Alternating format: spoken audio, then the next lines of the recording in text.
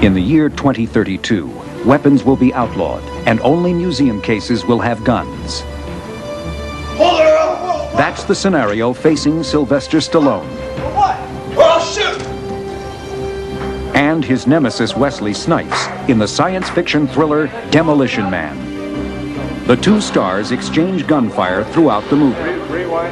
But their high-tech shootouts are all illusions, carefully staged for the camera by highly skilled professionals who practice strict safety procedures refined over years of filmmaking. Today, we'll explore Hollywood's fascination with firepower, from early westerns to the carefully choreographed shootouts of The Godfather. It's ready, aim, fire, as the masters of mayhem unload their weapons on Movie Magic.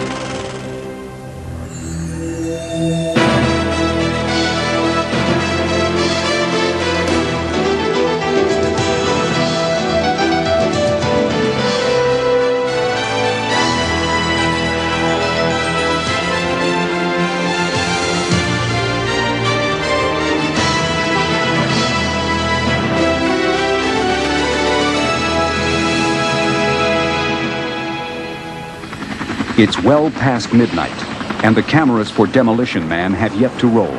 But then, this is no ordinary shot.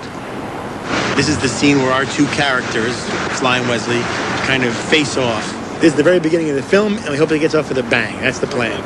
For Joel Silver, producer of such action movies as Die Hard and Lethal Weapon, bang means bringing down this massive structure, a former municipal utility building in downtown Los Angeles. A crew of true demolition men will blast the building with dynamite. To ensure the moment looks explosive enough on film, the special effects team will enhance the blast by igniting 230 gallons of gasoline.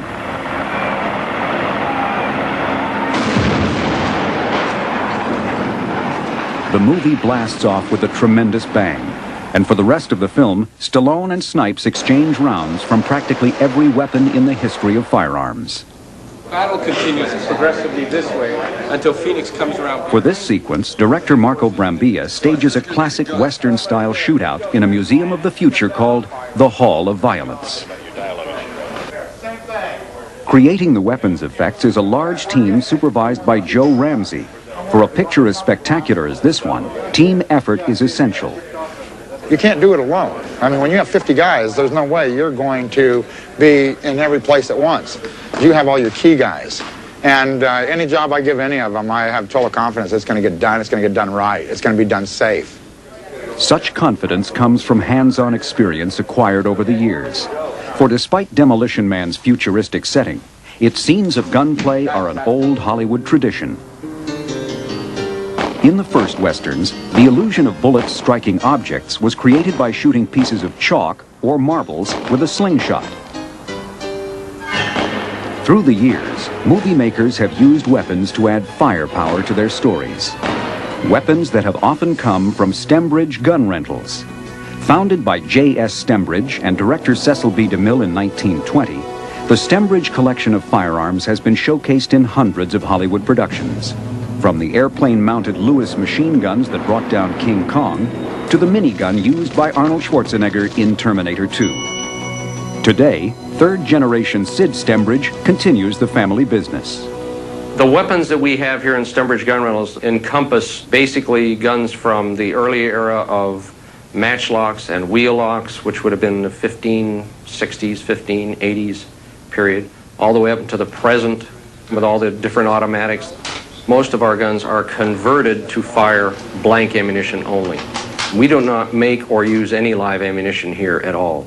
The blanks have powder in them just like a regular shell would have, but the shells themselves are crimped closed without a bullet on them. So when you fire the shell, nothing leaves the barrel. So there is just an explosion that occurs without a projectile leaving. It wasn't always this way. In many movies of the 1920s and 30s, filmmakers used real bullets. Expert marksmen fired live rounds, sometimes aiming only a few inches from the actors. Actor James Cagney finally tired of this dangerous practice. In Angels with Dirty Faces, he refused to let machine gun bullets shoot out glass around his head. When the scene was filmed without Cagney, bullets ricocheted into the wall where he would have been standing.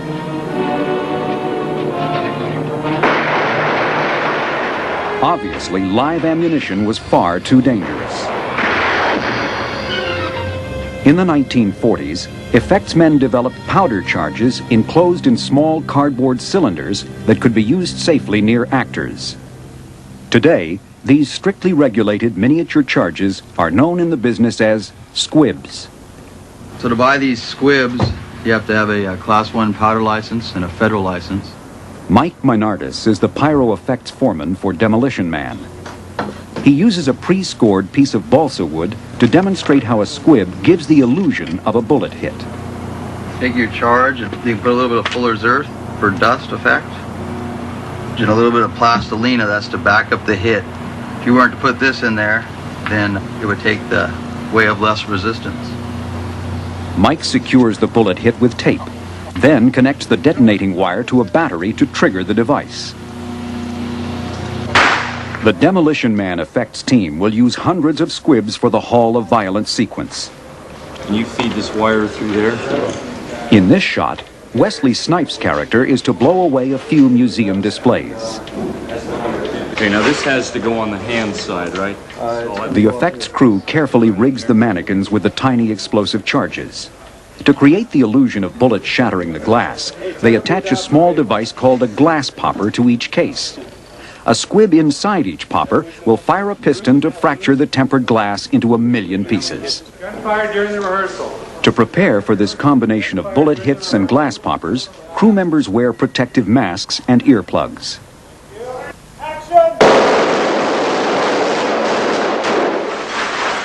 While bullet hit squibs produce a dynamic and controlled effect, the rigging time limits their practicality. In this shot, Sylvester Stallone's unarmed character must dodge bullets from Wesley Snipes' rapid-fire machine gun. To create the illusion of bullets striking the walls behind the star, Joe Ramsey will shoot spark hits using an air-propelled pellet gun. It's your basic paintball gun. CO2 is your pressure for power. Single shot pump. Sights, because when we're using this one, we're going for real direct hits. We could have you as the actor, or say have an actor's head here and basically feel pretty comfortable shooting right beside him. To create sparks, the gun fires breakaway capsules containing a tiny quantity of a combustible spark ingredient called zirconium. Bird gravel is added to provide friction. When fired, the impact ignites the spark, similar to a match striking a rough surface. What we shoot generally is combinations of dust and spark. The spark they always love for the ricochet look. A dust shows an impact. So you generally go dust, spark, dust, spark. Mike Minardis demonstrates the gun's effectiveness. Just pull this back. By pushing on the trigger lightly, you can single shot it. Or by holding it down, you can fully automatic. That's it, that quick, 10 hits.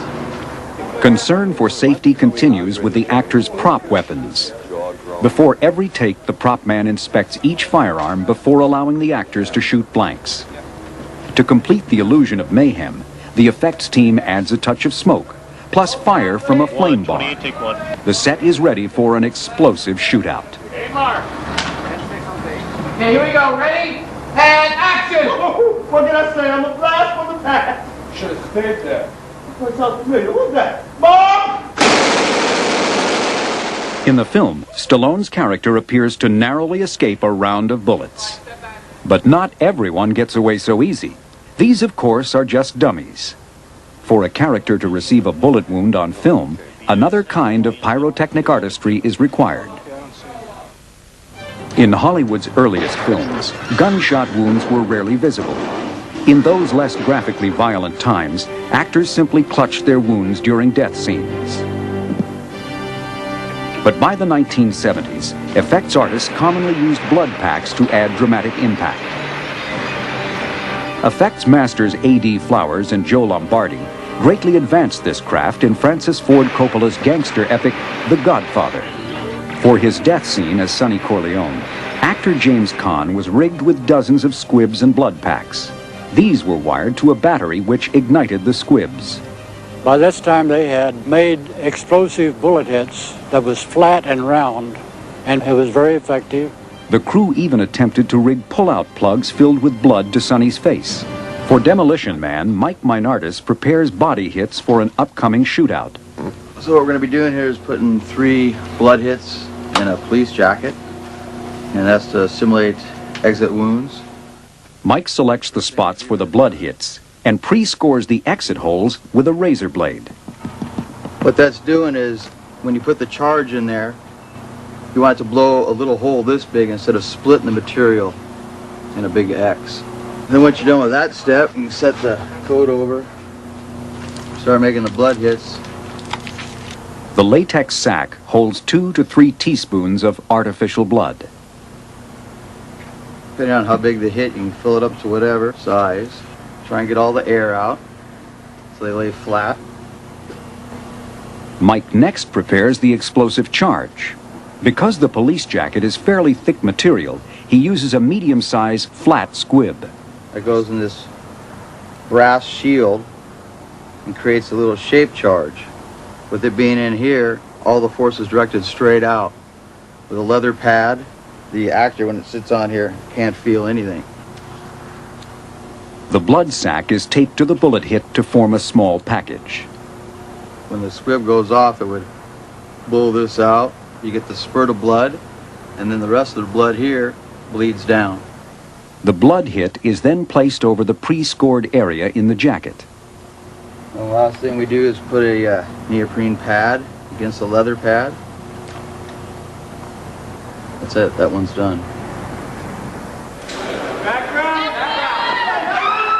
The Demolition Man effects team will go through hundreds of blood hits during the 6 months of filming.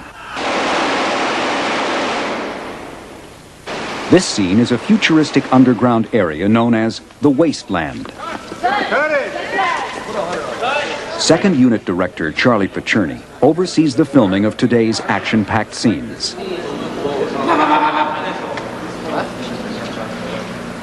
At this point in the story, actor Roy Asuega meets a bloody demise. The effects team carefully rigs body hits into Roy's costume. A wire for each squib runs to a separate screw on a controlling device called a nail board. A master nail, called the striker, is hooked to a battery. When the striker touches the metal connector on the board, the completed circuit electrically ignites the explosive powder charges. To enhance the moment, effects man Andy Seabach shoulders a spark gun to spray the area around Roy. Action!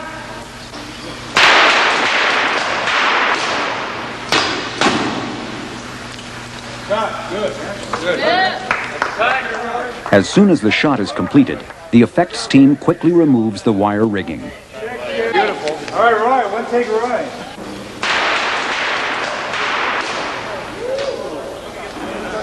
The next setup is for one of the most dangerous scenes in the movie. Bill Aldridge is the effects foreman for this sequence. In this scene, Wesley Snipes comes in with a futuristic weapon, and he's got Sly dead to rights with the gun. A player from down below fires a shotgun blast up. It pops this cable, throws Wesley to the side. He drops the weapon. When he drops the weapon, it hits the ground, fires up, and blows out an area right into here. In the meantime, this platform swings around, and they go off, hanging onto the edge. The bridge is suspended by pre-rigged cables. This is a Holix cable cutter. This actually severs this cable in half. The explosive device is contained within the cylinder, so there's no sound other than a snap. To heighten the moment, the effects team strings sparking squibs along rails of the bridge. As with the bullet hit squibs, these spark hits are electrically detonated from an off-camera nail board. What I'm doing here is what we call a quick time. We wire like that, so if we have to reload, they can pull apart real easy, and we can get in there and jerk it off real quick. As shooting time approaches, stunt doubles for both stars are cabled onto the bridge railing. Every detail is carefully reviewed to ensure a safe flight. But a moment this big always contains an element of danger. Background! The bridge drop provides the film with a heart-pounding jolt.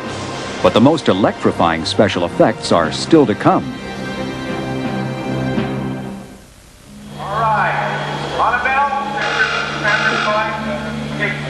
Demolition Man lives up to its title with a finale that will destroy an enormous 3-story solid steel set. In this glistening prison, convicts of the future are cryogenically frozen. And the fireball is coming from where? Behind. The effects team thoroughly reviews each moment of destruction with director Marco Brambilla. This is Joe Ramsey, world's finest special effects, physical effects technician. And this is Mike Menardis, a world famous surfer and part-time special effects technician. The kidding belies the real concern for safety in filming this explosive sequence. For this shot, Joe applies a coating of fire-resistant gel to Sylvester Stallone's stunt double. Behind the scenes, Gene Rizzardi readies tanks of carbon dioxide. This gas will create the illusion of cryogenic fluid blasting the prison set. The control vents for the gas are triggered by an electronic keyboard. CO2!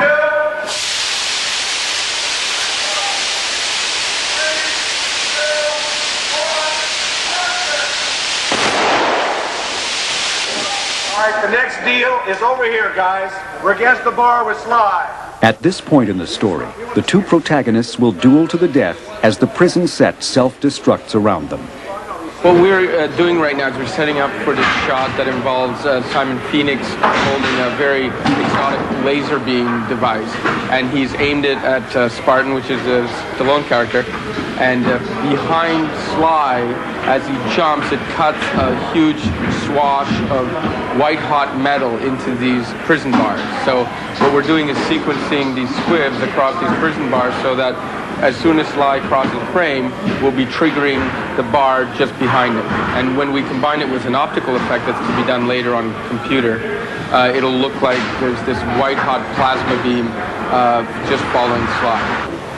Many of the film's futuristic weapons, like this magnetic accelerator gun, were created by giving an actual firearm a cutting-edge look. But the laser device used in the climactic battle is one of a kind. A 21st century ice pick, this magnesium thermite laser is to blast a hole in these prison bars. To simulate a laser hit, the effects team uses flash paper, a thin sheet covered with flammable powder. Strips of the paper are wrapped around the sections of the bars where the beam is supposed to strike. A sparking squib is attached to each bar in order to ignite the paper. For safety, the detonating wires that run to each squib will be connected last.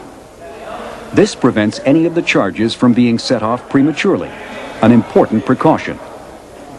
As a quick test reveals, the flash paper deserves its name. To create the illusion of the beam cutting through metal, the effects team replaces a section of prison bars with one that's been pre-cut. What we're going to do is we're going to wrap this with flash paper and paint it so that it matches the bar approximately. And when the Z17A goes off, it ignites the flash paper. We'll do it on a nail board in sequence so that it'll look like a laser that cut through the bars. With flash paper concealing the cutout segments, touch-up painter Rocky Poloni expertly masks the bars so that they appear frosted with frozen cryogenic gas. As the effects crew ties in the wiring to the nail boards, the camera crew rehearses the shot.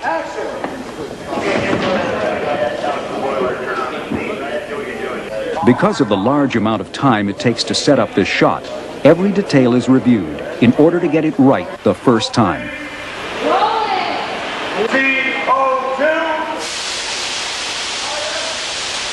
Still, a last-minute problem arises. The jets of carbon dioxide are so powerful, they extinguish the flames on the bars. To remedy the situation, Joe quickly applies a coat of flammable rubber cement. And the cameras roll.